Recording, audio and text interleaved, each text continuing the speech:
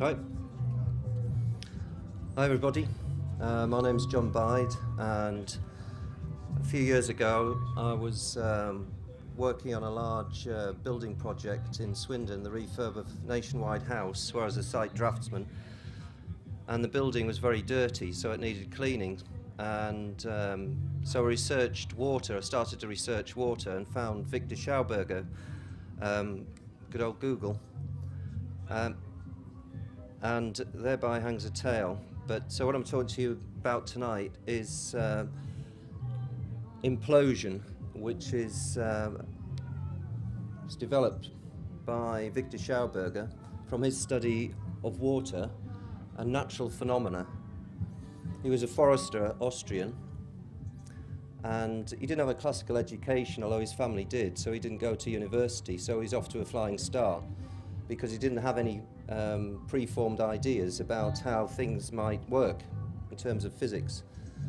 So really on here I've got a bit of a joke, you know, I've got the universal Om equals mc squared, but underneath, when I was thinking about this in terms of physics and how we develop things, we develop laws, and the laws of thermodynamics were developed 100 years ago for steam engines.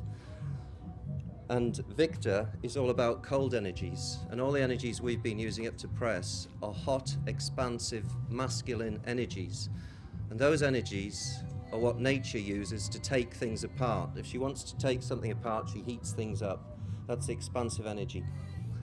And if she wants to really drive something and build energy, she uses spirals in water, in rivers, hurricanes, tornadoes.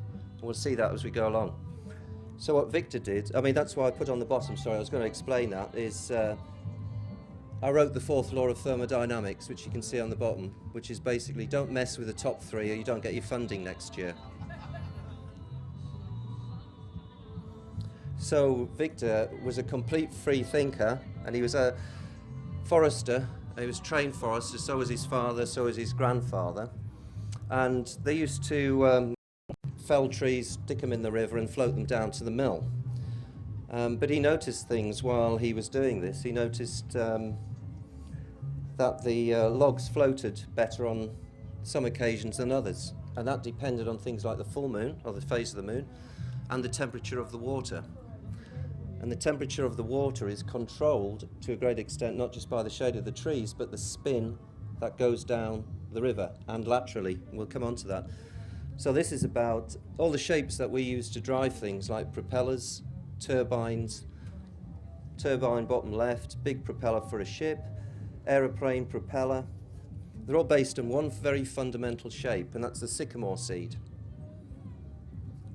And what the sycamore seed is designed to do is not accelerate a fluid, which is really what you want to do if you want to move something through the air. It's designed to brake it, B-R-A-K-E. So the shapes we're using are all wrong. They're all designed to brake or slow down a flow because they're designed on the sycamore seed. So what are the shapes? Well,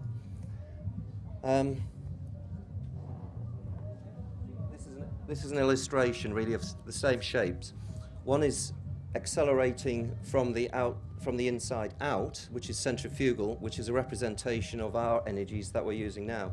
On the other side, it's radial axial acceleration of fluids, and that's how the vortex works. That's how hurricanes work, how tornadoes work. All natural running shapes work. And you can get all this information from, some of these are cribbed from Victor's books, Living Energies and the Energy Evolution and books like that. And that's another illustration of the same thing. I can't read it. Can't read it from here. Not showing up on mine. Can I wander around with this? Or a pointer? Yeah, or a pointer would be helpful, yeah. Oh, thanks. Excellent. Just lean forward, you can get in there. Do you just switch on? So, let me move this thing around.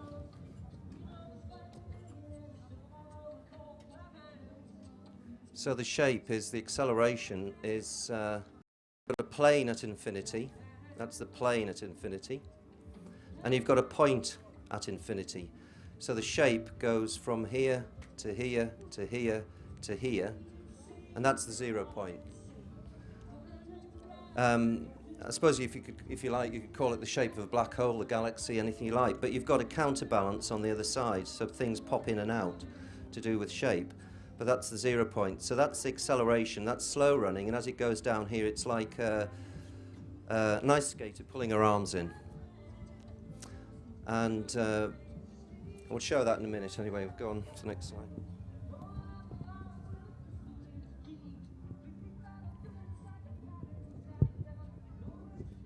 So Victor had these ideas. He was studying the rivers, and in Austria mainly, and they had a lot of land that they couldn't easily reach. To drive a road in was very expensive.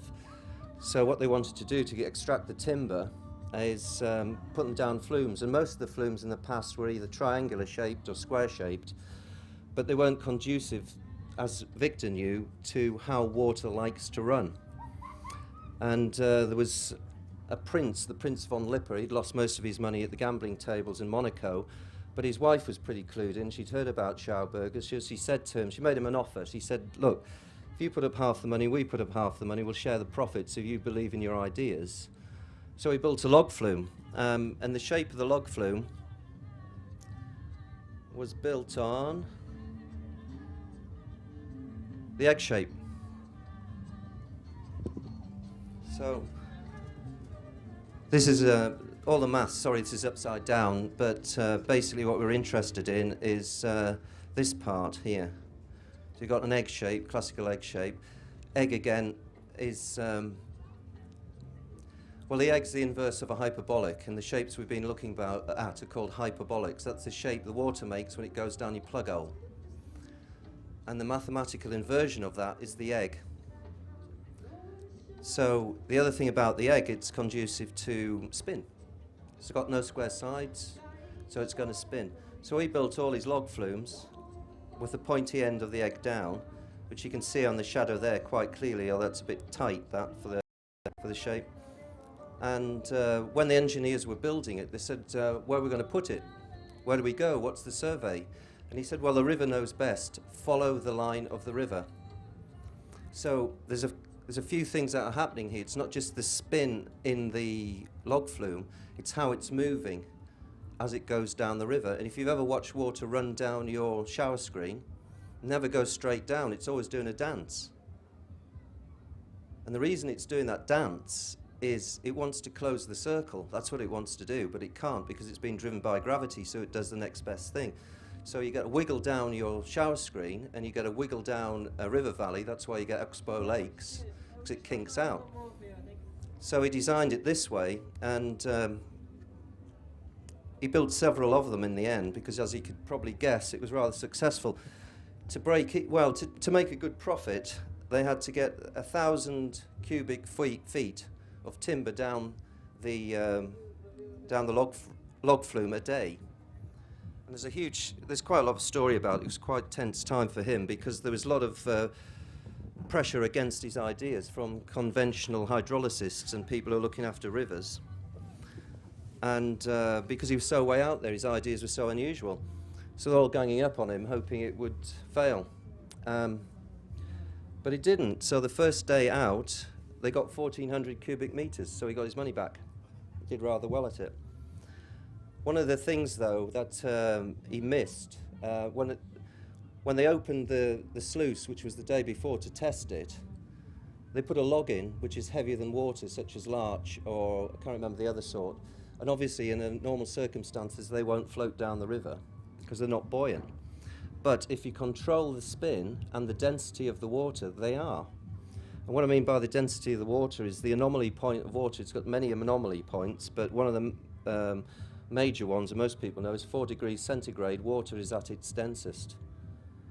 That's the reason why there's life on Earth, because if it froze at zero, everything would freeze from top to bottom. But because water is at its densest at 4 degrees, it sinks, so it doesn't freeze. So it's self-insulating. They had to have a holding pond, and this is a sectional view, sorry, a plan view of the holding pond. The water had come in here, and when the visitors were watching this, they said that's too thin, you can't allow it, it just won't hold the water, it's not strong enough, because when you let all that water rush in there, it's going to wash everything away. So Victor said no, it won't, and he stood here. And he fired his gun twice to open the sluices, and this 3-foot wall of water came down, went into the pond, and what it did when it came in is it spread, as you can see. As soon as it met the other side, it rolled round to meet each other. Then this water folded back on itself to meet the incoming wave and took all the energy out. When they did the calculations with that in mind later, it was 12 times stronger than it needed to be.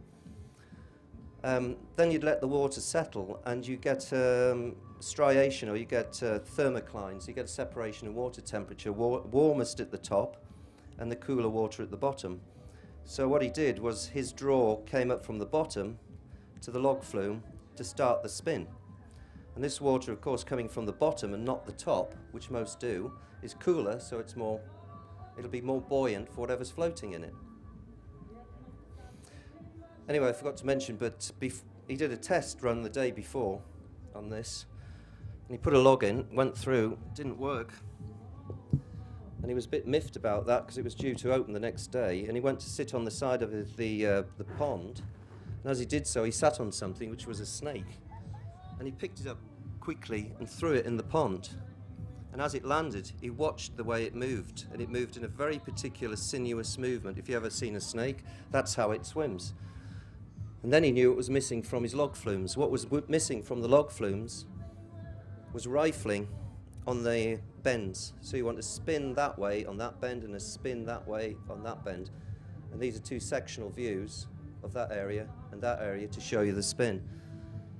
So if this was a river, you'd get deposition silting this side, and you'd get erosion on that side, and as it continued, you'd get an oxbow lake, and then it would, depending on the slope. So he hired his men. He said, "I'll pay you treble time," and they nailed large laths on the bends all night long. All you could hear was the hammering of nails to get these spirals on, and of course it worked. So the water, you could now make it spin.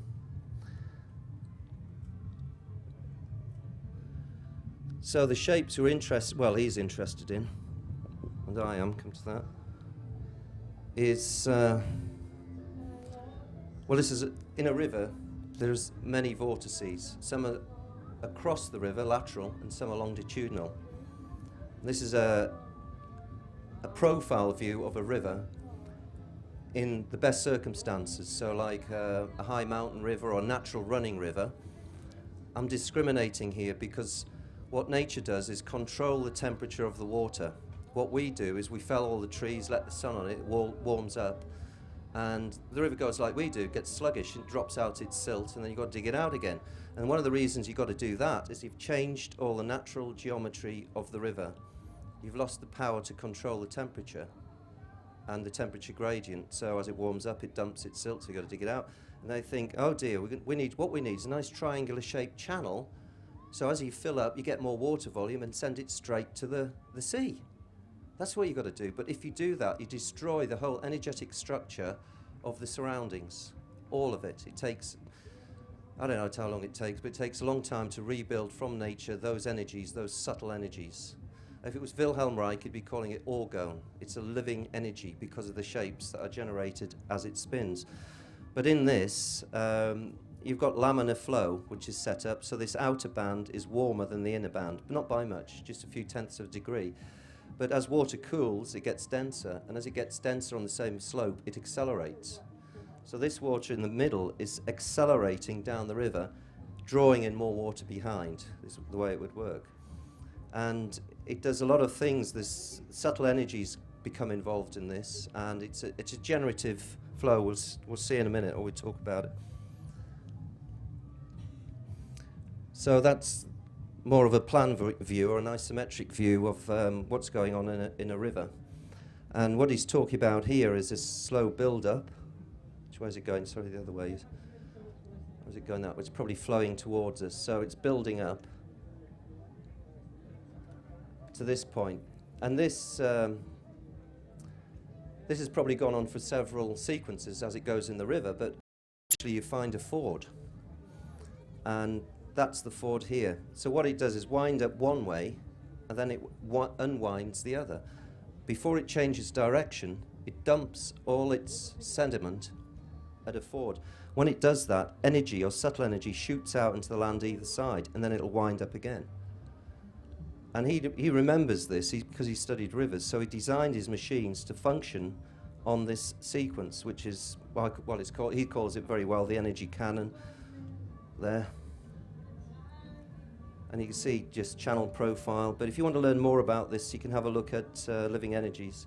And he's just drawn a simple profile of the river, which is fairly obvious. Silting up on the inside, erosion on the outside, deeper channel here.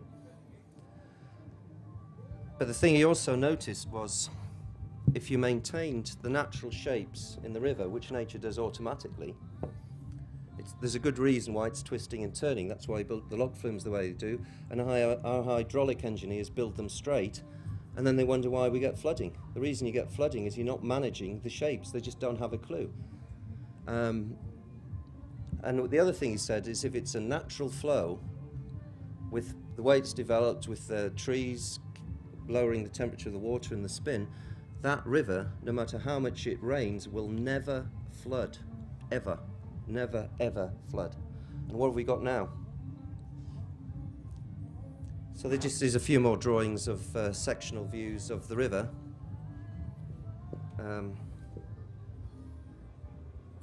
It's called a velocity curve, this, but it's the same sort of thing. Denser water at the bottom accelerating, sluggish water on the top. But because you've got different layers, you get transverse eddies. If you didn't have these eddies working against the flow of the river, it would shoot down to the sea and strip out all the material in between. That's why water's magical stuff. It wiggles. So this is an illustration of the transverse vortices. You get these on wingtips, which you'll see later, and they call it parasitic drag. Actually, it's lift in the wrong direction, but we'll have a look. So they're just curling back on themselves, as you see. You can do that with drawing your spoon through your coffee cup with a bit of top. Same thing, but that's a braking force, and that's a good thing because it's building energy and it's slowing the flow of the water. When rivers are badly managed, you get odd things happening. You get odd spins, erosions, little shapes happening which are not good. If you get the shapes right, it'll self-regulate.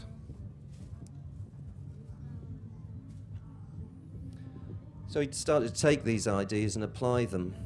And this is called his breathing pipe. It's called his breathing pipe because it's made of wood. He used to carefully select it. So it was grown naturally in the ancient forest, probably of larch. I'm not sure if it's larch, well, conifer anyway. And he put these fins on to encourage spin. That's another. This one pertains to this idea, which is open channel, but what you can do is encouraging spin and what's called a lemniscate flow, which is like a waltzing moment. This one's spin, but this is a way of purifying water. So if you wanted to purify black water, for example, you could put it through this pipe, and the pipe would be up to 30 meters long with these silver-coated fins, and it would be pure when it came out the other end.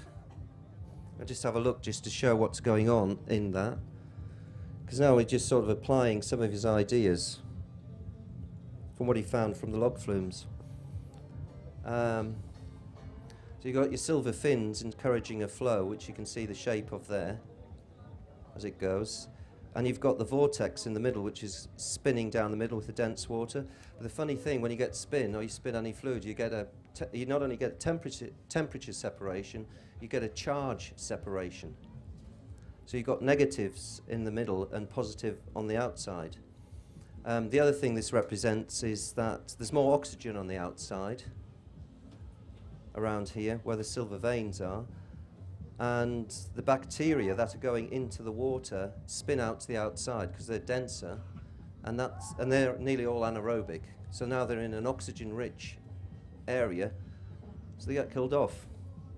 So that's a very solution. He also used this to transport ores, and as they were going down that, they were processed as part of the process, because I forgot what they call it. I can't remember the name of it, but oxygen's introduced to the mineral as it's transported, and even going down the slope, it won't touch the sides.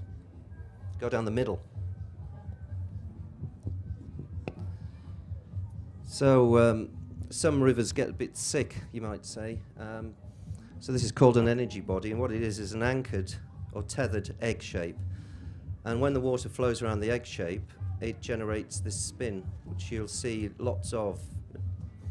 We'll see other shapes in a minute. You see this dip at the top, that's telling you that flow is accelerating, not decelerating. It does build up again, but it allows you to do, if you want to manage your river, or you've got erosion on a bank, or you want to get things moving again, you can put in an egg, and that would change the rate of flow and the direction of flow, put it back on course really, give it the message of what you want it to do.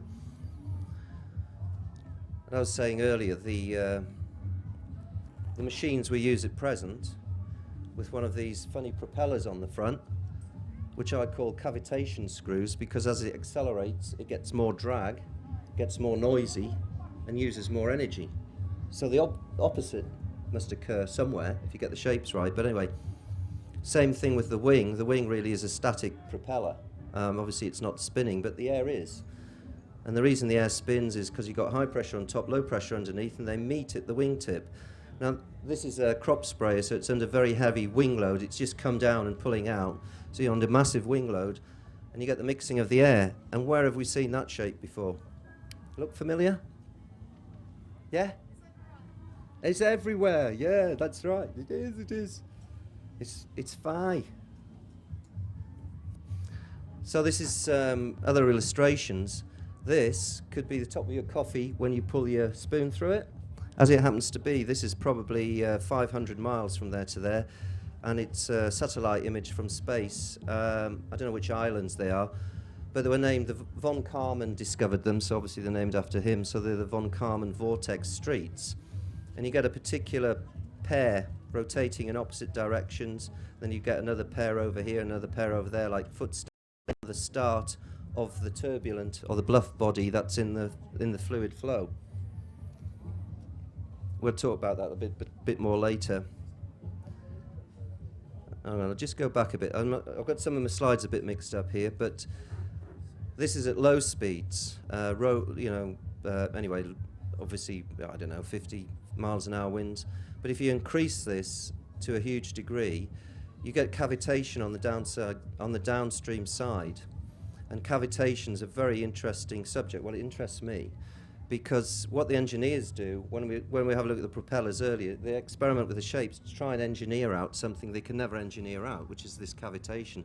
Because what happens is the fluid goes past the body and accelerates. It reaches the vapor point of the fluid, whether it's air or water, creates a bubble, which downstream then has to collapse, because nature abhors a vacuum. And if that happens fast enough, then you get a squirt back which hits the metal and puts holes in it, and it starts eating away your propeller. But as we know from Flashman and Pons, you can use that using microwaves to actually create energy. And where did they go? Some of the shapes. Now what we're doing here, or what he was doing, a Shauger on different frequencies, the classic one is called the kudu horn. And what you've got here is a pipe that's got a curve in it, or a twist in it, and that's also got another twist going up it in frequency with the long twist. So you've got a twist with a twist. A bit like a helter-skelter, but in the helter-skelter you'd be doing a rotation every time you went round the bend. The other one's I think it's called I know it's a Wurlitzer or the octopus. They have chairs in it and an arm, and sometimes you get flung out as you go on the outside. Sometimes you do nothing, and then all of a sudden it'll fling you out. There you're in frequency with two things, the rotation on your spot and what you're orbiting around, and then you really, really go. And if you design around that, that's when you get 0 point of free energy, or what he called self-accelerating flows, which sounds remarkable, but we'll have a look at some hard facts in a minute about that. And these are just other illustrations of shapes, which we all know and love. Profile view of a hurricane, the wall of a hurricane, which looks very like the skirt of one of his repulsines. which we'll go into in a minute. Is this working? That's the plan view of a hurricane. Again, I was saying before, if you notice the shape off the wingtip of the aeroplane, now you've got something, I don't know, 2,000 miles across, same shape.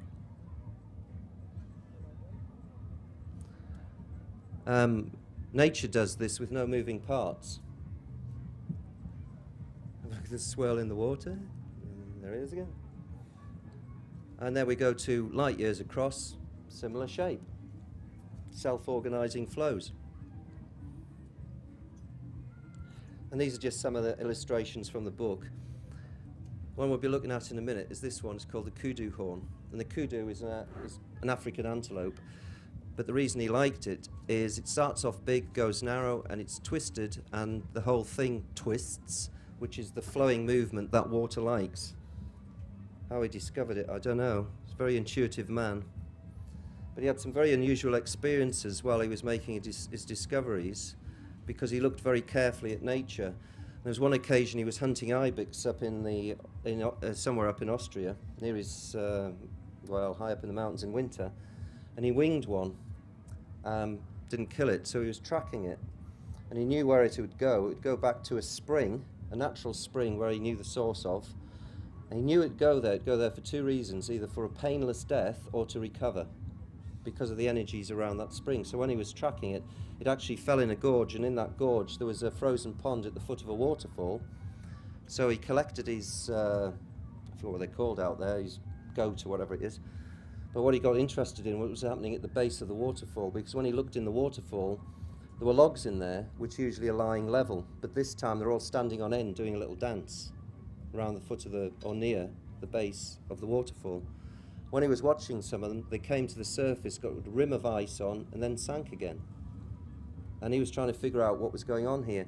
But what was more unusual was that there was some objects he could see doing a dance in the moonlight on the bottom 12 feet down. They started to rise as well, and they were egg-shaped. There were others, as it turned out, there were rocks, and they floated up to the surface, got a rim of ice, and then went back down again. He knew there were rocks because he pulled one out and had a look at it. The other shaped rock, same material, didn't rise. They just stayed on the bottom. So obviously there's something in the shape of an egg. This is some of the machines he was starting to develop early days. They've all got the same principle, which is an in-winding flow or a twist with a twist, to get a self-accelerating flow.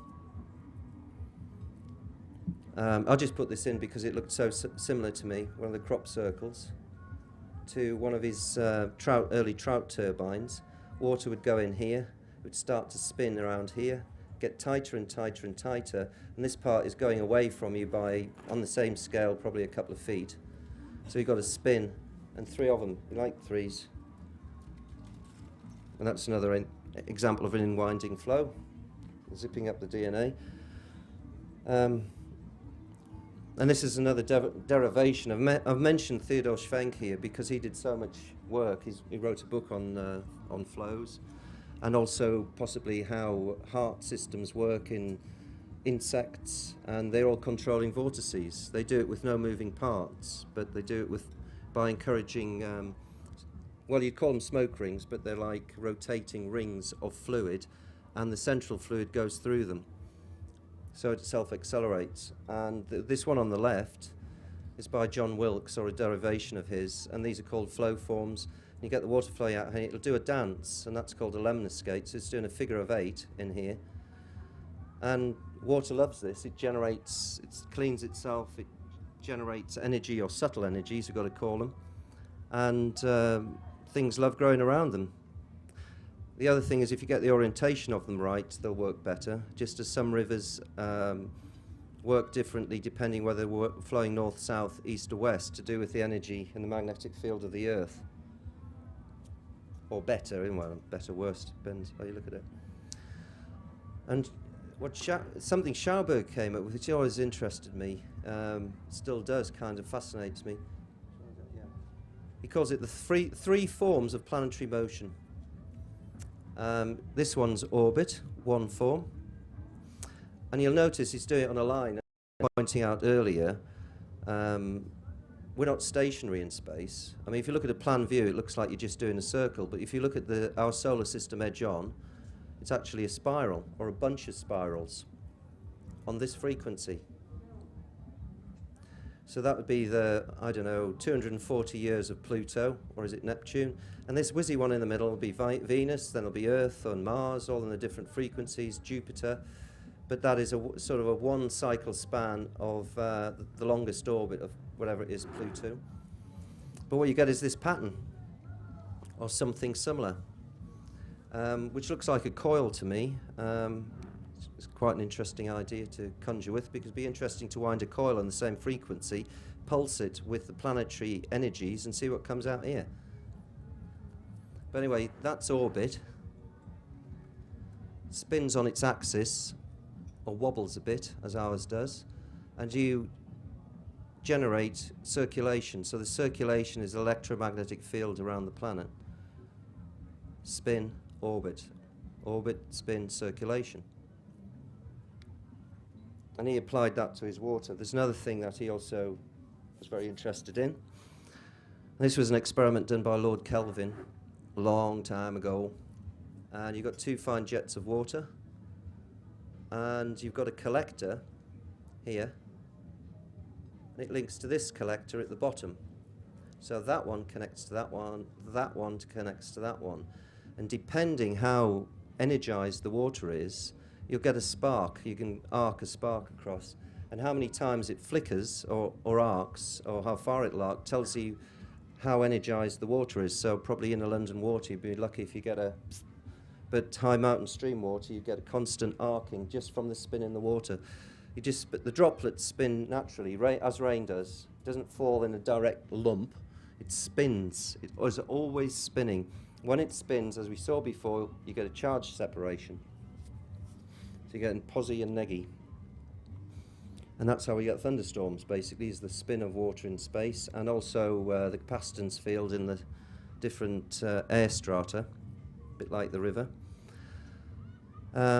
This is a design for a water sprinkler, because if you encourage the charge of water, if you pour in your water straight out of your tap, Shauger would call that a water corpse. If it's coming out with straight water, straight pipe, it's dead water. So if you spin it before you water your plants, especially with copper things or a copper watering can, and spin it, you'll energize the water. You'll probably get up to a third more growth in the same season as if you're using the water straight from the tap, because you've re-energized the water. And if you're using well water, that's all the better, because it doesn't have chlorine in it, or fluoride.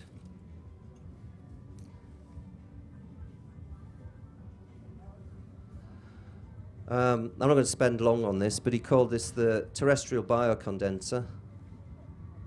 And that's the Earth, and these are the layers of atmosphere. There's a dielectric around the Earth, like a capacitor. And that's what Tesla was interested in as well, with his Wardenclyffe device and other devices, because he knew the Earth had a pulse. And we know the Earth's got a pulse from the lightning strikes because of what goes on at Giza and the Schumann resonance.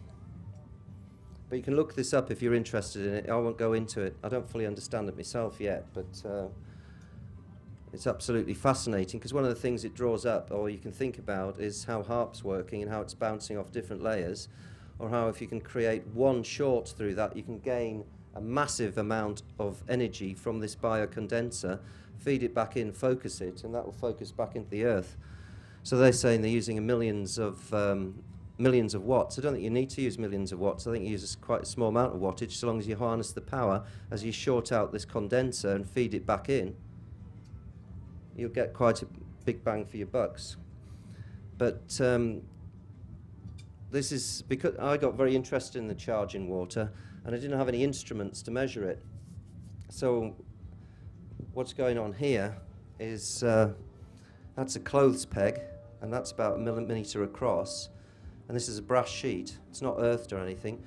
And the water's just squirting out under quite high pressure from mains pressure onto this brass sheet. And you get this color separation. I haven't seen this done anywhere else before, but there's a pal of mine is a master armourer. He makes suits of armour. And I showed him this picture.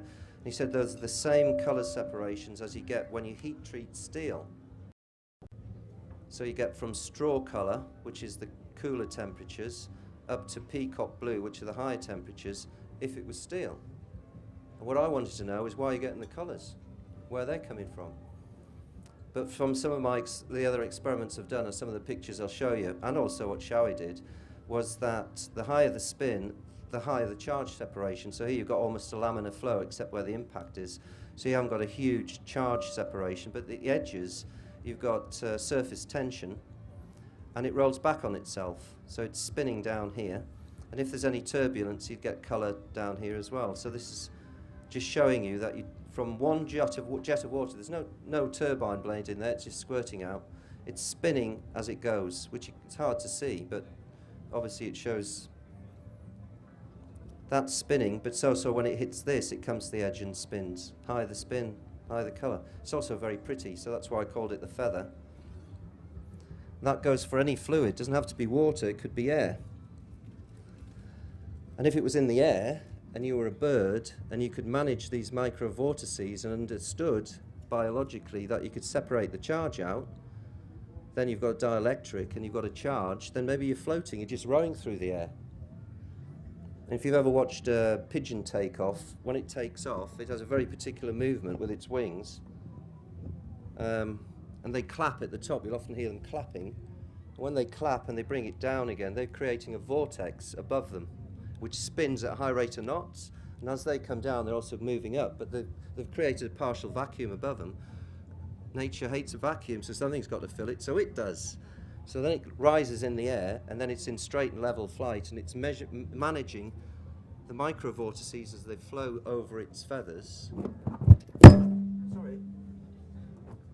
Sorry about that. It's gravity for you. As it flows over its feathers, and it gathers all of them. Get a feather and have a look. It's got this complex curve. It curves one way and curves the other. It's also got lots of striations on it. And that's what I think it's doing. I haven't seen it anywhere. I'm just kind of guessing. And from what Schauberger just said, one sentence on that, which really got me thinking. He said, birds don't fly, they're flowing. And he also said, the heart isn't a pump. Well, he didn't quite say that. He said, the heart isn't a pump, it is pumped. And what he was saying is, it's got nothing to do with a pump. The heart is definitely not a pump.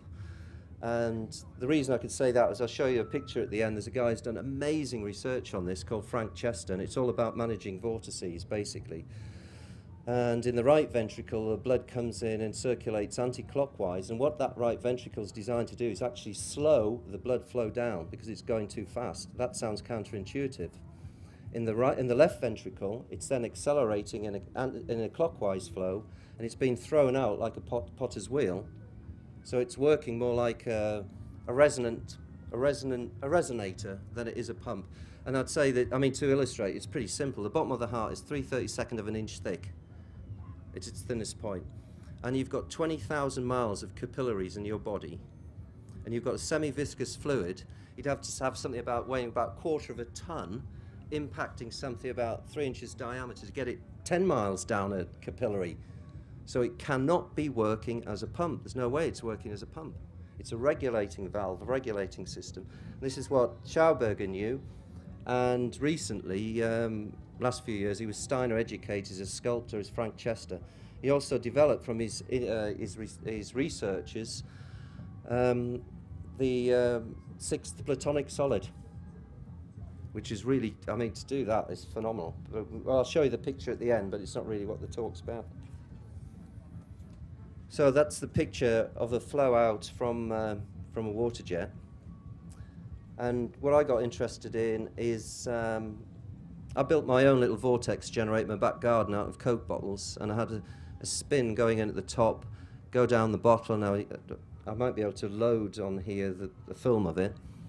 And I wanted to see what the pattern was coming out at the base, where the water spins out the base, because we've just seen the feather. So this was underneath a vortex for about 25 hours, and that's the shape it made, which is showing whatever the charge differential is, which you can see there's not a lot, which I haven't explained yet to myself, so I'm not quite sure why that is. But I didn't have any sophisticated instruments, and I really wanted to see more about what's going on inside the flow. And rather than just I thought I'd have a go, so that's what I came up with. If you remember, I was talking about the feather.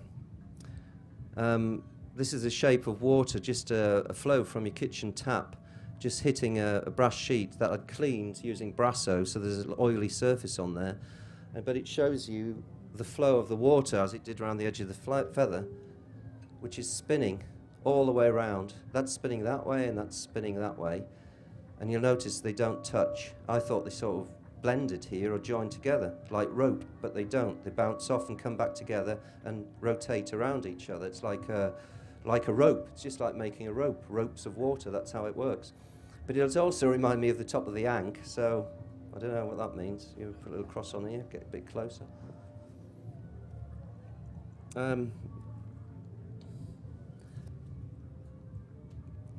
This is the classic shape that I was mentioning before, which is the kudu horn. So the water spins, and as it spins, it's carefully, because of the shape of it, it's done one rotation to here, then it does another rotation to here. When it does that, by the time it going out of there, this water volume reduces to that self-accelerates, and that's coming out at a high rate of knots. And he harnessed them, and he was he didn't develop this straight on his own, but he understood the principles.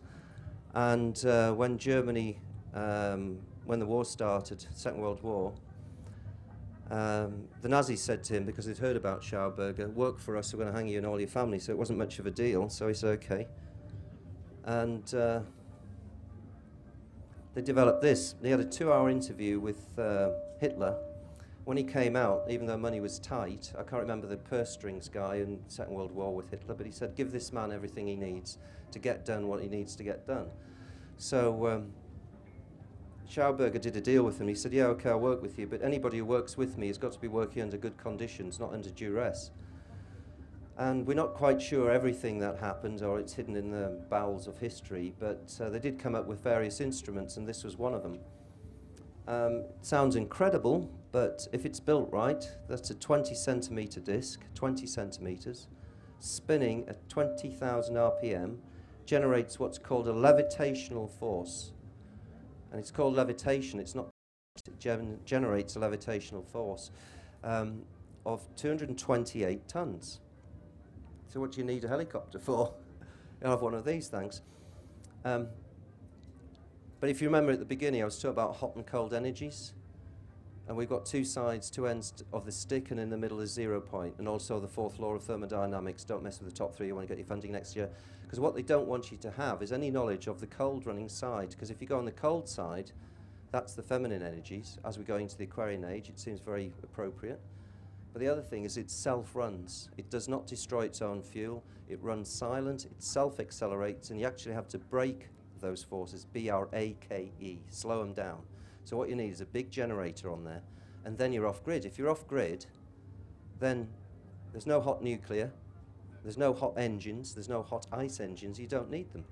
That's why they don't want you to have that, because it's decentralization. So if we're unplugged and we've got free energy, then we can, you don't need that club in London, do you, with the clock, much. I'm just setting this off because something Tesla said. He said electricity is incompressible. And that sounded to me like it's running like a fluid. And this is a design by John Bedini in the States, who worked with Tom Bearden. Tom Bearden worked in the Black Ops and all the hidden secrets, if you like, and all the different topics, wonderful books they've written. So this is one of the very simple circuits that John Bedini came up with, because he's a bit like the Nazis. The Nazis wanted to build craft that would move around, that didn't have wings and weren't lighter than aircraft. They wanted them to float gravitically or electrogravitically because they knew it was possible, because they didn't have those laws in that box. So they chucked them out and they put anything in that would work. So they went to India and found the Vimanas. They also had Madame Blavatsky and the Vril Society, who were remote viewers and channelers and accessing all kinds of information. They knew from other areas that there were certainly things that floated using particular technology, which is called now electrogravitics. And so the stuff we see floating about, I don't know what ratio is, but probably half is terrestrial and the rest's from other places, for all I know. But it is possible, is without a doubt. But my thinking actually is, I don't know if anybody's read Hunt for Zero Point. Anybody read that? Nick Cook's book? Hooray! The character Dan Marcus in Hunt for Zero Point, he left about 2 hours ago, the guy who advised the journalist who wrote the book. Did he? Yeah. Oh, I'd love to have met him. She was here, yeah. I'd love to have met him, because I had so many questions for Nick, because he wrote the book, and in the book he talks about zero-point energy, all kinds of different ways, and what the Egyptians were up to. I don't know if you mentioned Edward Leeds Skalnin in Coral Castle, but there was a few people around. If you haven't heard these names, you can look them up, because they're all working with unconventional physics, really. I.e., that's the physics you're not allowed to learn about. It's the other end of the stick. But Nick, in his book, he goes into some detail about all these different devices and all these things we've discovered down time that we don't have. Obviously, we've been paying for it, but we don't have them. And he mentions Shauger at the end, and he's saying he's really boosting Shauger in the book. And he did a TV prog about 4 years ago for Beeb 2, I think it was, which was really well produced. And he's traveling all over the desert and going to all these places and talking about it. But he doesn't mention Shauger once. He doesn't even mention Implosion in the film. And that's what, as far as I'm concerned, it's all about, the generic term. But you can read about it here, what this does. Interestingly, nobody's been able to replicate this. And what some of the thinking is, there's something missing, something essential missing from this design. We don't know what, we're not sure what it is. It might be the fluid that it runs in or what. But it uses several things. It uses temperature differentiation, so it'll be sucking cold water in from the bottom and warm air in at the top, and it comes in through it's pre-spun, and it comes through these slots, and then it goes over these rills as it's going around, and it accelerates the flow, so it's under a lot of torsion. You get, as I was saying before, if you're spinning something, the faster you spin it, the greater the charge separation. And if you can manage your charge separation, then you can get things to float, as they do with, I forgot which number plane it is, but if you charge the leading edge of a plane positive and the end negative, just because it's moving through the air, you can do it, although you can have a generator on board, like a bird does, and you get charge separation, then it'll fly easy. You'll save 60% of your fuel, apparently. And they haven't let us have that, because none of our commercial craft are managing the skin charge on the skin of the plane, not managing it. Of course, there's a charge there, but if you manage it, you float better.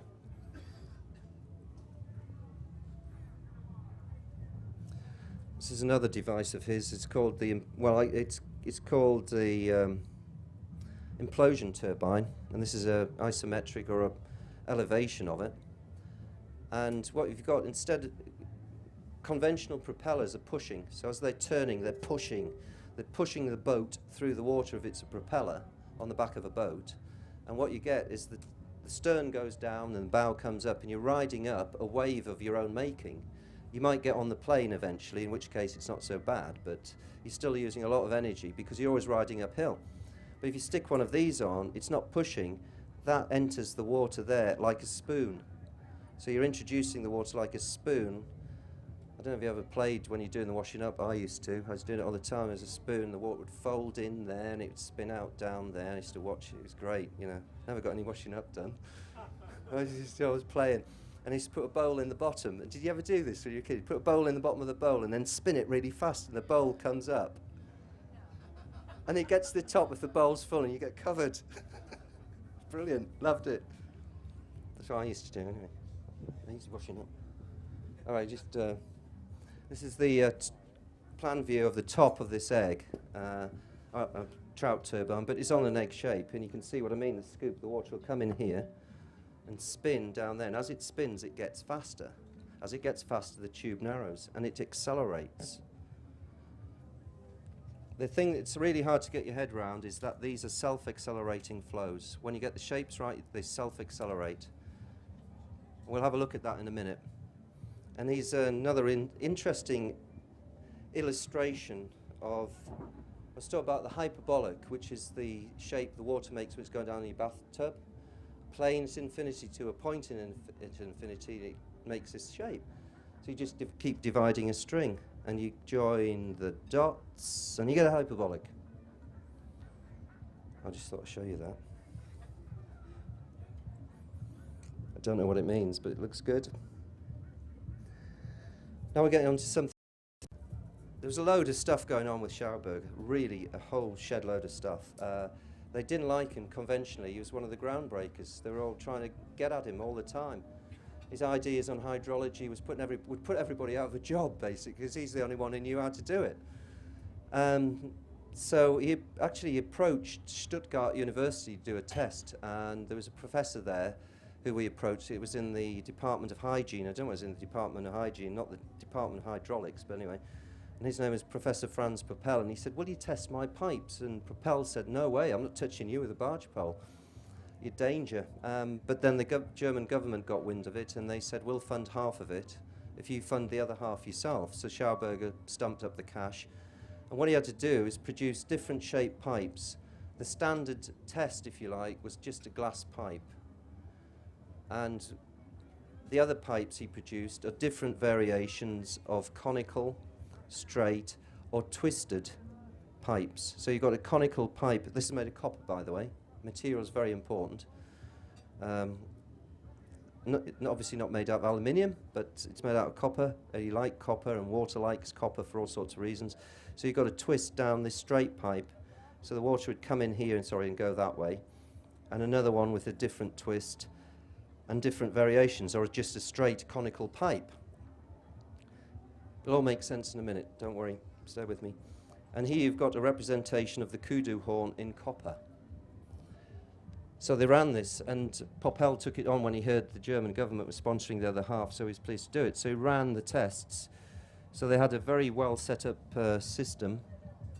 When it's working. To back up, there we go. He ran the tests, I bet you wish he hadn't. Because this is the graph, this is the flow of water. Let's have a look, just have a look.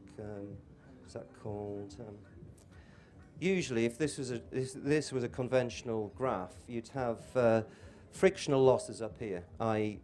the faster the flow, more friction you're getting.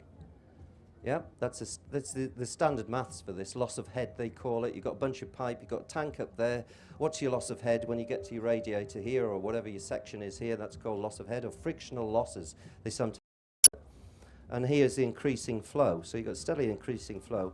It wasn't a huge amount. The pipes were only about this long. But it was all set up. They were all tested on a standard head, and so there was no variables other than the pipes. So this is the glass pipe, straight glass pipe. Increasing flow, increasing friction. Then he tried one of the copper pipes, and you get a little wiggle. Okay, we'll get away with that. And then another one. Then he tried one of the straight conical pipes with a twist on it, and they get more of a wiggle. It's looking a bit dodgy now. It's looking a bit dodgy.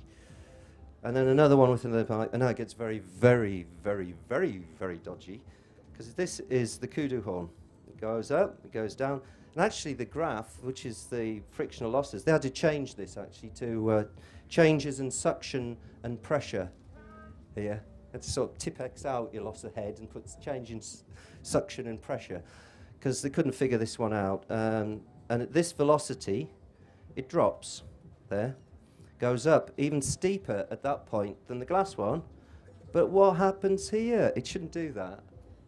It shouldn't do that. And Professor Franz Popel was really upset about this in his report, because that is... Do you know what that point is?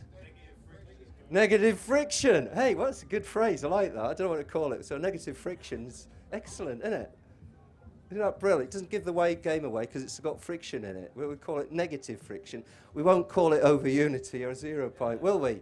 Well, it's a dirty word, that. You know, both thermodynamics, you know. Won't get you funding next year if you talk about that point there. No funding next year if you talk about that there, right?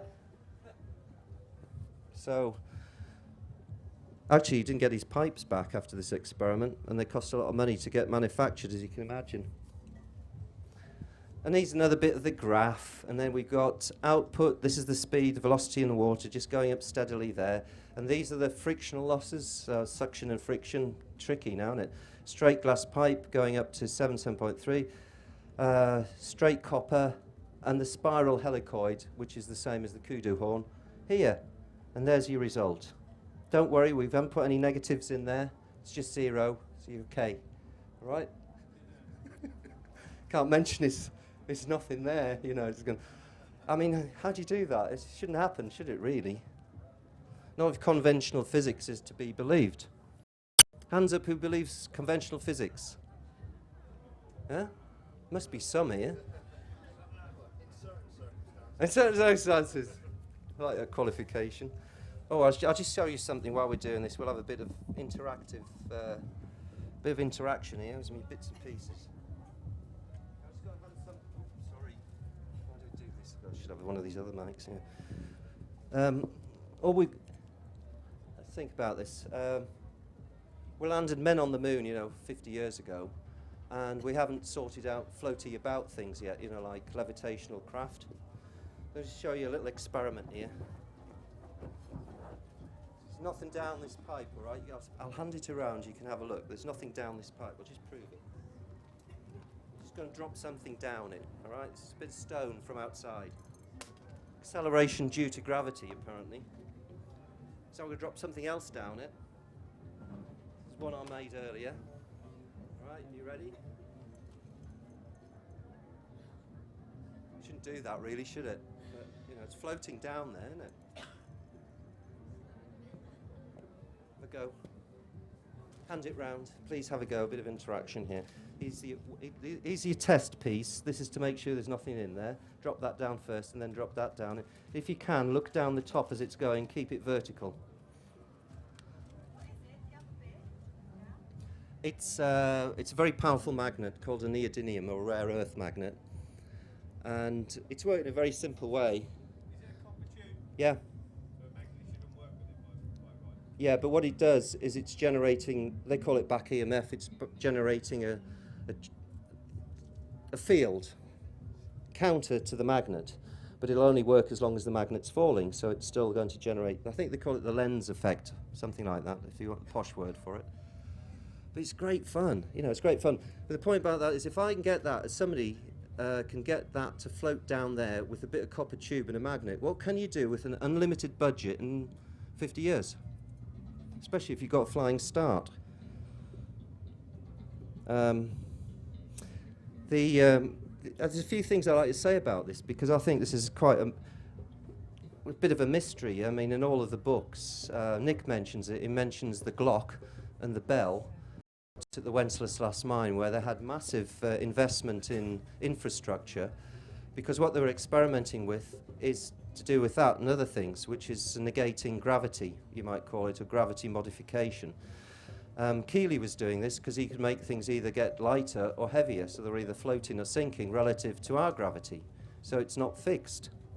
But you need a huge investment to do that, and what better way to get a huge investment than have a war? Because what you can do when you've got a war is you don't have to tell Congress, you don't have to answer to anybody. You can just draw in resources and brains from the whole of Europe to find out, solve problems, turn them into slaves, whatever it is you want to do. And so I think out at the Wenceslas mine, they found a lot of things, because when you experiment with gravity, you also experiment with other things like time dilation and stuff like that. So after the Second World War, the Allies, this is the story, knew about some of this stuff, so they had advanced troops that went in ahead of the main guard once they'd invaded in Europe, and they were cherry picking. The Russians got to Schauberger's flat first, took what they wanted and just blew it up. But there was other stuff there, and there were other deals done, I feel certain, because there's von Braun went off to, and all the rest of his cohorts went off to America, and they were still dealing with hot technology. They were all dealing with the repulsive rockets, I call them, because they're working by repulsion, the chemical, bloody fireworks. And that was all watch the birdie. So you got hot nuclear, which we got the H-bomb, and we got hot rockets. And they said, use this, you'll be able to go to the moon. In the meantime, they nicked off because the Nazis didn't, what's it called when you're beaten? What is it you do? Capitulate, give up. The Nazis didn't give up. The German people did. Sorry? Surrender. Surrender, that's the word. The Nazis didn't surrender, the German people did. So the Nazis went off and, we've got what we've got now, I guess, because they now had two major bits of technology. They've now got electrogravitic craft. If they've got electrogravitic craft, they've got zero-point energy. Zero-point energy means you can set a generator up anywhere you like, crank the handle, and it just keeps turning. forever, or until your bits wear out. But there's other people who are working on this as well, like the Searle effect generator. John Searle's working on spinning magnets. And if you're ever working with this or you ever come across it, there's several things you'll notice. It'll probably run cold, it'll run silent, and it will not destroy its own fuel, which is like a weird thing to say because we've been told if you're on the hot end, the other thing about the hot end is you've got to keep filling up the tank. And somewhere along the line, you've got to have a meter. Because I don't know if you know the story of Tesla when he was building Wardenclyffe and his sponsor was JP Morgan. And he got a lot of investment. We know he's all having a go with Edison and all the rest of it. Edison was DC and Tesla was AC, polyphase current, alternating current, which is what we've got now, which is about 52 cycles a second. And for one thing, 52 cycles is not a good frequency for the human body. As we were learning the other day about the solfeggio tones, it would be better if it was in the 60s. That would be far better for us, but I think they knew that. They've known a lot about frequency, because the other thing is, I think it was Goebbels who decided on what was concert pitch, which was 440 hertz. And the Egyptians talk about this, or we're led to believe they are, but I don't think they're right. I think it's 432 is a better frequency, 8 hertz difference. If they're out of sync, there was a Chinese emperor, and he had employed people just going around his empire to make sure they're on one frequency, 432. He didn't care whether they were playing rap or symphony, so long as they're on that frequency. And the reason was, if you're on that frequency, 432, you're coherent. If you're all playing different tunes on the wrong frequency, we're incoherent, and you get war. Coherence, incoherence. It kind of makes sense to me. So that's why those frequencies and higher frequencies are very important. So some are very conducive for our bioorganism and some aren't. That's what we get more sensitized towards. But when you move things in the right way, I mean, for example, in our ICE engines, internal combustion engines, they're all running hot. They're all hot running engines, atmospheric engines, I call them, but they're hot running engines. And what they produce is deadly orgone fields. If you've studied Wilhelm Reich, anybody know Wilhelm Reich? Hooray! And he talks about two sorts of orgone. Good orgone and deadly orgone. When you run your engine hot, suck, squash, bang, blow, then it's producing an energy field which is deadly orgone. Bad. That's why we're quite sick. Schauberger said this, unless you get the shapes right and the fluid movement right and manage your rivers, you're going to get cancer. More and more cancer. Because that's the way it works. And that's why we've got it. But there's some people who are using his ideas. This is a very simple illustration, apart from the sophistication of the UFOs, which you can talk about in a bit if you want. And this is a guy called Zoetlotera. Zoetlotera, yeah, that's what I call him. And this is working tangential water injection, if you want to flow. We call it a flow rather than injection. So it's coming in at a tangent, it's not coming in square. So you're encouraging a spin, and at the bottom, the outlet, you've got a hole. So that water spins round, drops through the hole. And the shape of that, again, is the hyperbolic. So that's how that flows in. He's stuck a simple turbine blade in there, and he pulls out a power plant 50,000 kilowatts hours. Sounds like a lot to me. And all he's using, instead of most of our technology, we say we've got to dam up the water, get a high pressure, and then put a high-pressure turbine in there. And when that water in our conventional turbines goes through that high-pressure turbine, it chops the water. It doesn't only chop it, it cavitates it and sucks and it destroys the energy structure in the water. It takes about 2-3 miles downstream for the energy to build up. If you remember the earlier shapes of the inwinding flow of the river, the lemniscate, that's the dance that builds energy. If you chop it, you kill it. You kill the energy. This way, you've got what's called a low-head turbine. You've just got probably 5 feet drop, and you're pulling out all that power. So you have one on one side of the river, one on another. Build them that way. And that way, there's no destruction of the subtle energies in the water. It's conducive to life. The high-pressure turbines, again, because they're a cavitation screw, destroy life, destroy energy. And what we're interested in, what the river does naturally, is build up energy. Well, Schauberger used odd terms because there weren't any in physics, hadn't been invented yet. He called it bioelectricity and biomagnetism. He also talked about descending heat and rising cold. And he asked this, he said, well, if hot air rises, why is it cold up a mountain? So his view is very unconventional. This is just a sectional view of the Zertler low-head turbine, and he's commercially, and other people are copying what he's done. But it's a very simple system. The other thing is it allows fish to come up through it, and it won't chop them to bits. So it won't kill them. Yeah. Any questions on that? Or no? Why is that still spinning? Is there some electromagnetic force keeping it going? Yeah. Yeah. It's all right.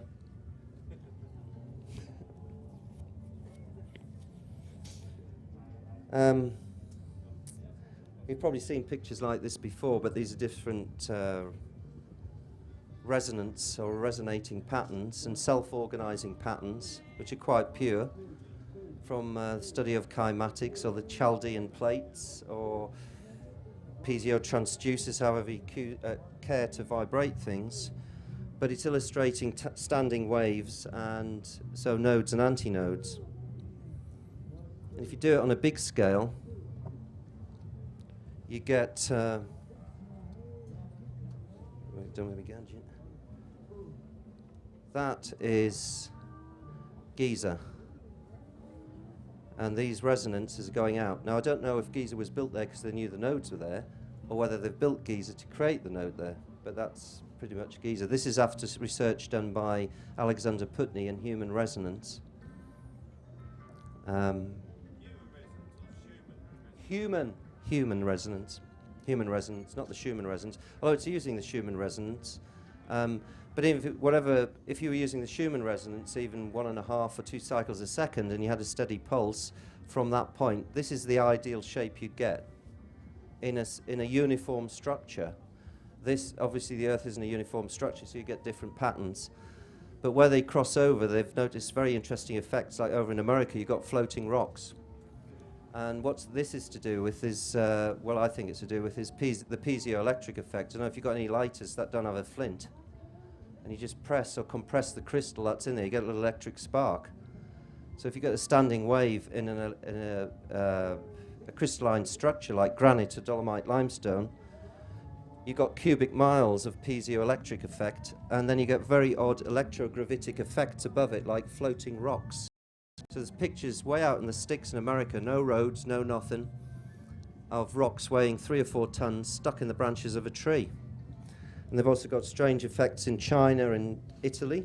They're all on nodal points to do with these nodes and antinodes, with spontaneous fires, mobiles bursting into flames, and they get the local priest in to get rid of the demons. But that's the reason why. That's what I think, anyway, to do with resonant frequencies. This is just another bit to show you the shapes, the maths of it. This is all from the Pythagora-Kepler Schule, which is in Austria, which is really the museum for Implosion, or Victor Schauberger's work. And his son did a lot of the work on the maths. This is interesting because this is the shape of the hyperbolic both ways. So wherever you go, if you go off there, that's equal to 1. If you go off there to there, that's equal to 1 in volume. So it always adds to 1. So if it's on there, there's a very simple way you can work it out. 1 over n times n equals a constant. So a half times 2 equals 1. A third times 3 equals 1. Always adds up to 1. But you build up. If you do the third and the 3 on, do the third on the x-axis and the 3 on the y-axis, you'll gradually build up this curve. So it's very simple maths. And somebody's done a very artistic thing for, this is William Pye and Charybdis up in Scarborough. That's huge. That's about 6 feet across, that perspex cylinder, to show how the hyperbolic works. I was talking about resonance earlier. My slides got a bit mixed up, but in this one, you've got a wave moving through the medium, and that's either water or the earth. In this bit, you've got the water moving through the wave. It's quite subtle, really. Kind of messes with your mind. But that's the wave moving through the fluid, and that's the fluid moving through the wave. So you can have a standing wave. Like I was saying, this ripple effect going out from Giza, you get a standing wave at different places, which is compression, then you get strange effects above the rock. And I mentioned that, so they talk about these anomalous things. They're not very well advertised, but if you've got rock floating, there's a reason for it, because it's too far for helicopters to go, so how'd it get up there? And these some other pictures. The ancients carried a lot of their fluids around in amphora, which is an elongated grain shape, which you can see here, and they found thousands of these on the bottom of the Med. And these guys weren't stupid, but it would seem to me if you're going to transport a fluid, you can put it in a square box, wouldn't you? Because then you can stack it. You can't stack these. In fact, you need another piece of kit at the base, which is a box with straw in it, to set them upright. So they must have had a very good reason why they wanted their fluids in a shape like that, oils or water.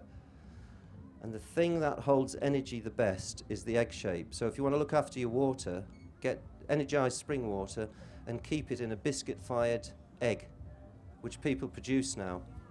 Centre for Implosion Research, not far from here, make them.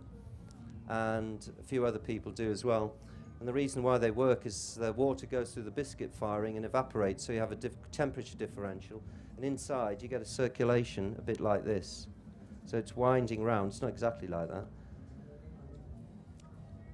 I don't suppose many of you know Mike Emery, but he's talking about the Anu, and that's the shape of the Anu, which where you go from 2D to 3D. This is the shape of creation.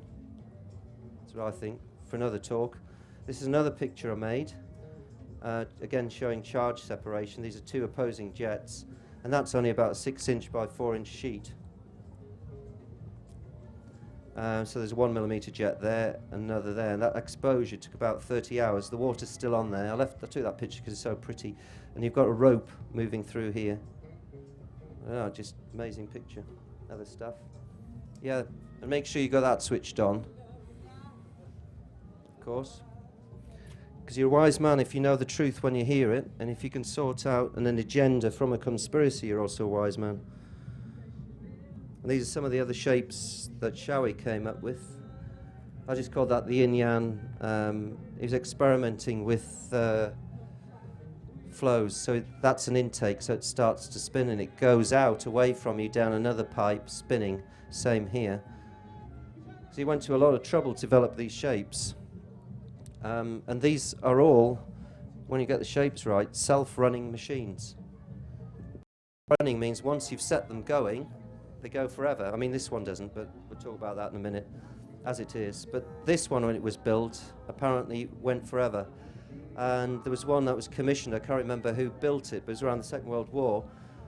And it was bolted down with 6 quarter-inch steel bolts. And somebody was told to leave it alone, but some bugger came along, an apprentice, and set it going.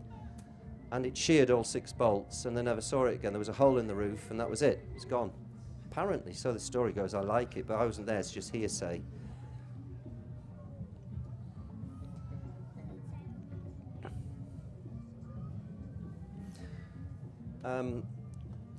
Anyway, my slides are a bit mixed up, but I was telling you about Chester, Frank Chester, which I recommend you look up on YouTube. Just put in Frank Chester. This is the 6th platonic solid which he's developed. He doesn't call them solids because they're not. It's just to help us get our head round the shape, if you know them. There's the tetrahedron, the cube, the octahedron, icosahedron, dodecahedron, and of course the Chesterhedron. He was from the Steiner School, and he's a sculptor, and it's just so worth looking at that, because that's the shape it's to do with the shape of the heart, or at least the left ventricle, how it's working. I think any heart surgeon should study his work, because they'd probably get on a lot faster. That's cast in copper because he's a sculptor. And these are just some other shapes, or the development of shapes. Really, straight line, triangle, tetra. Don't know what that shape is. And you can see the build-up, whether the molecules or cells. Yeah, I was talking about birds earlier, but how they fly and how they manage, not only how they manage their lift is to do also with charge separation. If you can manage your charge separation, then you can float. Then all you got to do is row. And if you ever, I don't know if you ever watched everybody's seen a housefly, and you know for a fact there's one housefly in that room. It's been there forever, which you can't catch. So a week later you go there, it's still flying around. So where's it getting its energy from? How is it doing it? Now, if it was waiting to convert calories or fat to energy to flap its wings all the time, it would have been out of there ages ago. What it's doing is managing vortices and charge separation on its body. And its body's made of, well, nature uses cellulose and keratin, or chitin. Chitin's what, in different combos, is what the skins of insects are made of, and their shells. And it's a dielectric. So if you get your charge right and you've got lots of vortices, you'll fly. And we all know the story of the bumblebee, which they say, scientists say, it can't fly. Shouldn't do that, but we know it does. And the reason it flies is they don't understand the aerodynamics of the vortex. Well, maybe they do now. I might be speaking out of my head there, but that's how it's working. It's managing vortices. I'm just putting these in because they're to do with resonance, and this is work by Dr. Champion. I don't think I spelt that right. It's probably missed an A out. Bit of a hurry there. But if you look at Dr. Champion and LENC, what he's doing is he's got a special autoclave. Well, it's a bit like a microwave, again with frequency, and he's converting copper to gold. So he's just vibrating. He heats the copper up, and then he bombards it with a particular frequency, and the electrons jump a shell, put in copper, get out gold. And he's selling it. So we can have our gold back. We can have our gold back currency back, can't we? But if you can make it that cheaply, what's it worth? It's cracking, isn't it? But it's about resonance, so we're jumping around a bit here. But Shauger just said comprehend and copy nature. So this is all the maths that his son's done in the again from the Pythagoras Kepler Schüler, and they do all kinds of magical things. People make make all kinds of gadgets out of it, and if you've got this shape on a screw, you can move live fish without destroying them, and they get wound in and they don't get squished. Or you can use it to energize fluids, or you can use it as a fluid mover. I just think it's a beautiful design because you can see how Mother Nature does it, and you've got this nice wiggle in the middle and the cells going around the outside. It's just superb. Love it. I'll have to end fairly soon. And some more. And that's one of his repulsins there. Look familiar at all? Wonder where he got that from. Seen one of them. But this is really interesting. This is a Russian entomologist called Grebennikov, and he developed something called cavity structure effect, or shape power, but cavity structure effect. And being an entomologist, oh, all right, yeah, there's etymology, study of language, entomology, study of insects, yeah. He was studying his insects. He was Russian, and he had various nature reserves. One time where he was examining the carapace, we think it was the mayfly, we were not sure, under a microscope, he had two sections, both, one wing and one the other, but small, and he rotated one piece, and it floated. And he rotated it again, it went invisible. So he made fans of these, like expanding fans. When he twists one, it opens the fans, and when he twists the other, it tilts it, so he moves forward. So here's the famous picture of him on the ground, and here's the famous picture of him off the ground. But there's a book written, it's hard to get hold of, but it's probably in Rex Research. If you have a look for Grebennikov, it'll be in Rex Research, all the studies he has done on cavity structure effect, honeycombs, and a whole bunch of stuff to do with treating illness, headaches, all kinds of things. And it sounds a lot like Wilhelm Reich's stuff to do with orgone accumulators and other energetic systems. That's not dealing with conventional physics. I don't know if any of you heard of Dan Winter, but he's also working on coherent flow, heart math, and he did a lot of his work on Stan Tenon's work, which is the study of the Hebrew alphabet and the rotations of what he calls the grail, but it's a coil wrapped down your thumb, again on a certain frequency. When you look at that in different areas, you get 22 characters of the Hebrew alphabet. So what you're seeing in representation is different sectional views. Again, it's very like the hyperbolic, of different structures in the hyperbolic, which you then used as your language to describe energy. So if you understood this, and you could speak the language from the two-dimensional shape because you knew it represented a three-dimensional shape, of sound, then you could bring down the walls of Jericho, or maybe build them back up, for all I know, but that's the way I think about it, because that's what our language is. It's energetic, and it's designed on shapes. And we've had ours probably chopped up a bit. The Hebrew alphabet's a lot of curves, it's on a very particular shape. Ours is very angular. I think it was designed to be cut in stone or wood, for all the good it is to describe energetically how you can do stuff. But anyway, this is about coherence, and this is Dan Winter's work. And the water's rotating one way, and this is a water nozzle that's about that big. But they're getting tremendous results with increased flow, increased growth in plants, just because what you're doing is actually, the water you're pulling in, is you're wiping its memory. We know water has a memory. Does everybody know that? I don't know if you do, but the study of Benveniste on homeopathy. Benveniste was a French scientist, and he was commissioned, I think it was by Nature magazine, to do a report on homeopathy. Anyway, to cut a long story short, he said water has a memory. It's got a subtle memory, so everything it flows over, it has a memory of. So, I mean, it has a gross memory to do with chemicals, as we know about the water in London, and growth hormones or plasticizers that emulate the female growth hormone. But it also has a subtle memory. So if you want to know what you're putting in your body, you've got to get rid of that subtle memory, and the way to do it is to spin it through a vortex, spin it really fast.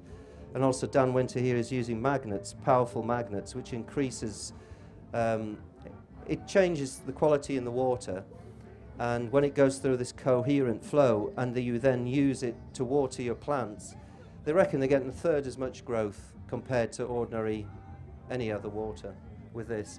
And it's all built on recursive geometries. The icosahedron's in there, the flower of life's in there, it's fractal, and it's pretty much the perfect flow. But I mentioned Stan Tenen because a lot of the work in here on the shapes is reflected in Stan Tenen's work, or the Maru Foundation, but Dan Winter never mentions it. But he's gone on to do amazing stuff now. If you want to have a look, just putting Dan Winter on YouTube and look at some of the stuff on there, like the eggs files, that's bloody brilliant. He's a clever bloke.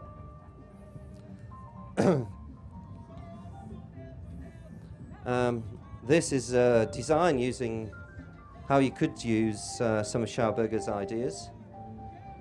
What I forgot to mention about that Trout turbine, I don't know if you remember it earlier, I talked about this Trout turbine, the scoopy stuff, you know?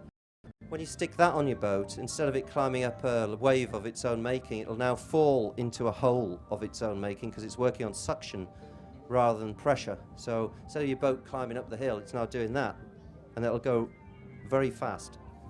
And this is using a similar principle, but it's more to do with air turbine than water. But you could use it in water, and you can read that and see how it's working.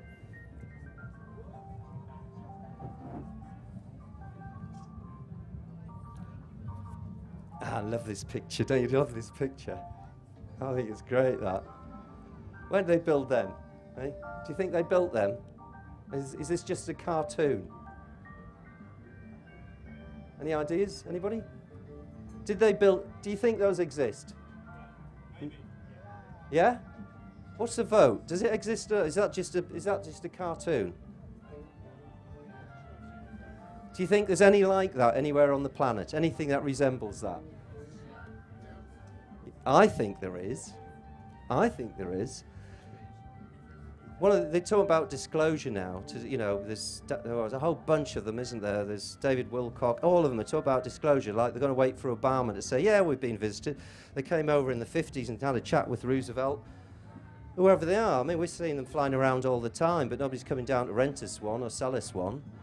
But anyway, whatever's going on upstairs in that regard, not too bothered. They'll arrive if they arrive. But if they admit disclosure, then they've got to admit we've been visited by beings outside of Earth, which is reasonable, the aliens, whatever you want to call them. The next question is, how'd they get here? And they say, well, 747 Boeing? What do you reckon? Flew here? And if they did fly here, how'd they get here? So if they got here using, they're coming from a long way away, so obviously they've got a bit of wormholeage, or they're coming in a mothership and then they're coming off that, and they're flying around, and They're floating. So they're floating. So they've got anti-gravity, bad term, I know, gravity differential displacement, floatiness. And then you'd say to them, when did they arrive? And 50 years ago, 60 years ago?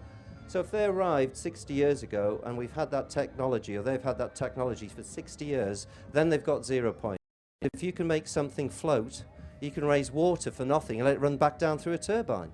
So they've had 0 point energy and anti-gravity for 50 years. And then the politicians have got to figure out how they're going to tell us they've been lying for 50 years and why we're still using petroleum, the black, gloopy, hot stuff, when we know we've got 0 point. I mean, we're not going to want them much. The other thing, of course, as I said earlier, if you go into the cold side, which is the implosive side, which does lead you to electrogravitics, then there's no meters. If you've got no meters, then you've got decentralization, and you've got that magic word, free. Like free man, free energy. Yes, I'm here. Free will. Will is innocent. And then you don't need that club down in London with the big clock anymore, because what are they good for? We just don't need them. And they know that, but as long as we're on centralized hot nuclear and hot oil, and then of course they can tax you again, or get some more of your self-worth again, because they say it's your fault you're warming up the planet through the carbon that's burnt in the oil we've just sold you, even though you don't need it. It's a good trick. I think it's more like terraforming. Well, I'm nearly done. Anyway, that shaper said earlier, that's what I call God's mill. It's fundamental shape. You can have a galaxy, you can have an atom, if you want to call it that. But I don't think they're working that quite that way, the way you say about electrons and atoms and stuff. But I was reading something just before I came here, which was a bit of a mind blower, which is basically the speed of light is 0, and we're the condensate. So you can think about that one on the way home. That's kind of inverts your physics. But anyway, that's God's mill. I'm about done. I'll just have a quick chat about this thing. It's called the Bedini, made by John Bedini, who developed it. He's gone on to some fantastic stuff. He's got free energy devices, if you want to call them that. He's got a 10 coiler. It costs you about £2,000. But the reason I built it is I reckon it's cavitating electricity. If you cavitate electricity, you've got to fill a vacuum. You get, where does the energy come from? It comes from the vacuum. So energy from the vacuum. And what you're going to use is radiant energy. Then you go into torsion fields and scalar waves, and Tom Bearden's done all that. But you're using a different physics than the one we've been given in our textbooks. You know, as Ike says, you're just repeating the same old crap, and it is. So anyway, that's what that's about. And I could go on forever, but any questions? Good? What? Oh, do you want this, or do you have that, or what is it? What? Okay. Thank you for a whistle-stop tour through Shauger and some really interesting areas covered. There's 1,000 questions in my head I'd like to ask, but I'll go with one about water purification. And I'm quite interested in purification of water for human consumption, but also for growing.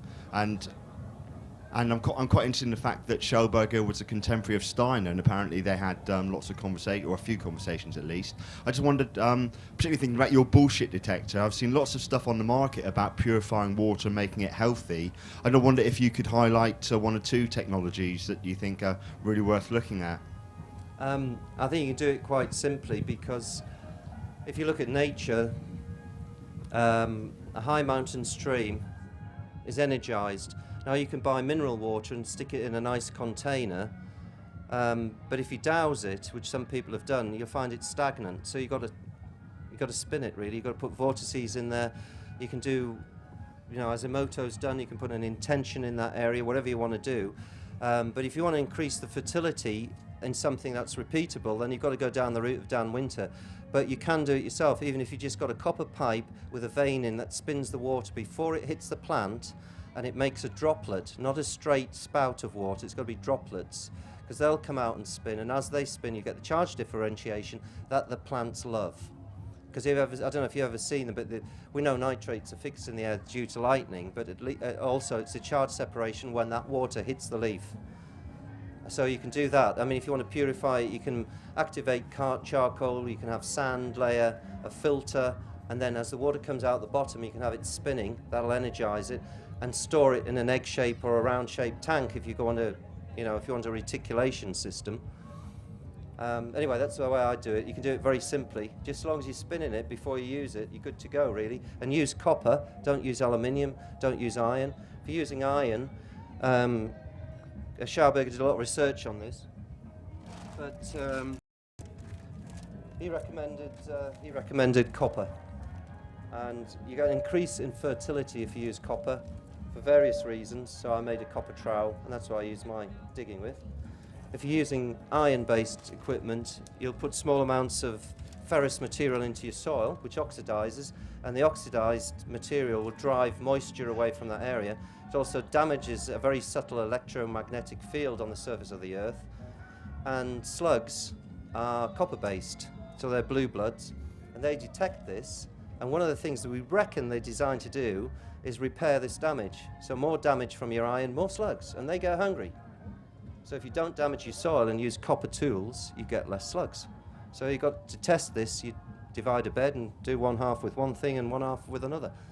But yeah, spin and copper tools. What about Drinking water, well, if you're using tap water, let it stand for 6 hours. That's what I do, because chlorine's put in as a gas, so it comes out as a gas. So let it stand overnight and keep it in a ceramic pot, and then stir it before you drink it with an intention. But if you can get the water, the best water would be a naturally a spring. There's springs. The best spring water rises high in the mountains, and there might be two springs. One will run during the day, one will run at night. Or if there's one spring, at the top of it will be covered. The head of the spring will be covered. If you uncover it and expose it to light, it stops running. But that is fantastic water. If you drank a litre of that, you wouldn't weigh a kilo more. You'd weigh 800, 900 grams more, because the rest goes to energy in every cell. And that's wetter water. It has a low surface tension. It's easy to get through the cellular membrane, but it converts directly to energy. Then you've got to go into some of the chemistry with the hydrogen bonds and all the rest of it. But there's some subtler things are going on there. It converts directly to energy. That's the best water. That would be rejuvenating water. So Shauger talked about mature water that had gone in through the womb of the Earth and risen back to the surface of its own accord, and not an artesian spring. It floats back to the top, and that's a spring. So that's mature water. Juvenile water would be distilled water, and you don't want to drink that, because through osmosis it'll suck all the salts out of your body. So what you want to be drinking is an electrolyte with all the minerals in, ideally. Cheers. Thank you very much. There you are. There you go.